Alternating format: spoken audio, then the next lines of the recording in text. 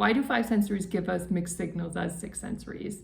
When I was 21 and I went out into the workplace for the first time, I realized in the workplace that when people ask for something or they say they want something, it's not the same as when you're in school. So when you listen to the professor and you do what they say, it's pretty straightforward. But when you get out into the real world and you deal with left-brain people, whether it's in the workplace or your romantic life, it's not always that straightforward to just do what they want. They send mixed signals. So why do they do that? Why do they say they want one thing and then they say another? Let's say, for example, you're dating a logical person and they say something like, oh, I break up easily with people, I end things, and I don't really pursue long-term relationships. When they actually do want a long-term relationship, believe it or not, a lot of people who say they want to hook up, or there are moments when people will say they want something like a hookup, but they really mean that they're looking for a long-term relationship.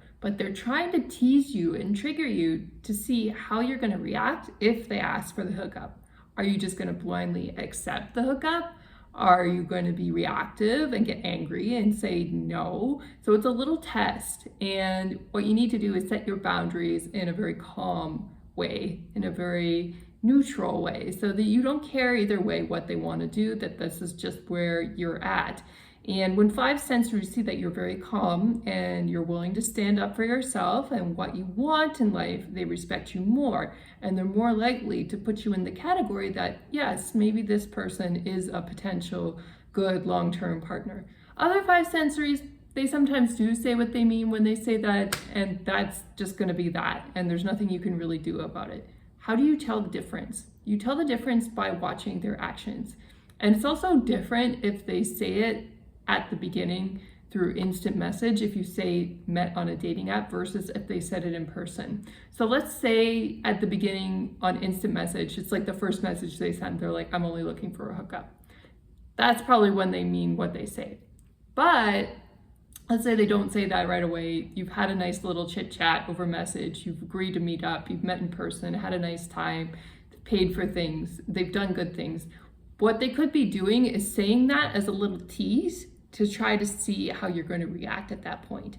And that's when I'm saying, when they're testing you to see if you're going to be angry or if you're just going to say yes, that's when you can pass the test and potentially get a decent relationship with a left brain person. But they do play hot or cold. They do test you to see what you're going to do when they bring up these little suggestions. So maybe you've heard from a five sensory that they'll break up with someone on the first date if that person doesn't sleep with them.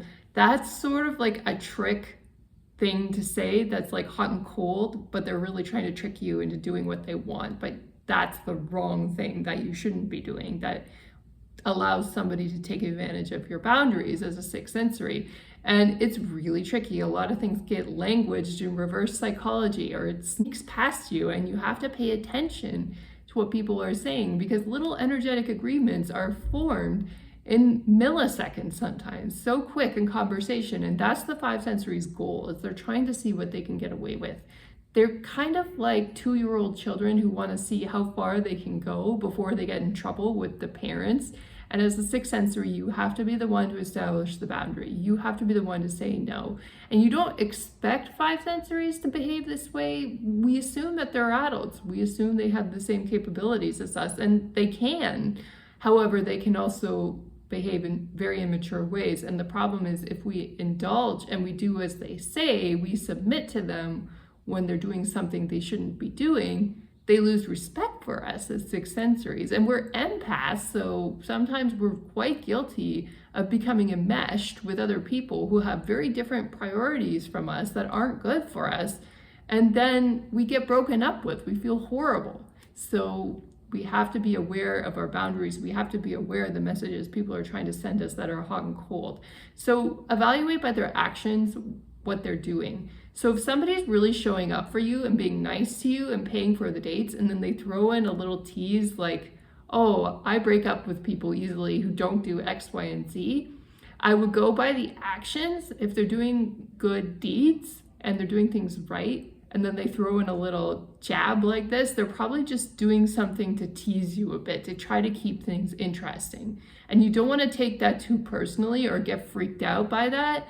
It's really just something to ignore. It's something not to worry about. But our mistake is worrying about it as six sensories. It's taking it literally, when really the five sensory is just being a little bit cheeky and trying to provoke us.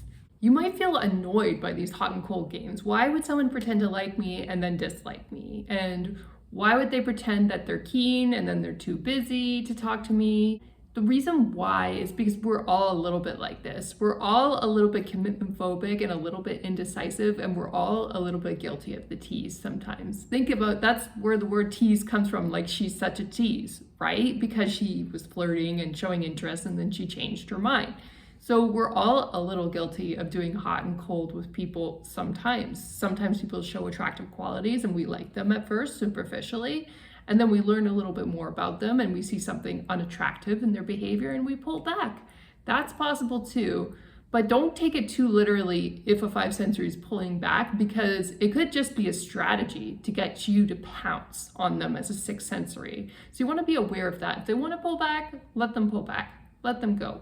Don't take it too seriously. And if you can't laugh at the situation and have fun with it, and you're taking everything personally, you might not really be ready to date and get to know people. You just might have too thin of a skin to put yourself out there and look for a relationship. So in that case, I would really encourage you to work on your own healing and your own journey. And there's nothing wrong with taking a break from dating and working on recharging and working on your own healing, as long as you heal and you're willing to get back in the game. Even those of us that are mature can genuinely feel exhausted sometimes by the games that left brain people do play. It's so common, it's all over the place, and really there are moments where we do need to recharge. And sometimes if you're taking something like this too personally, that's a sign that maybe it's time to slow down and take better care of yourself. There's nothing wrong with that, and focusing on your own life and your own priorities rather than on your relationships with five sensory people.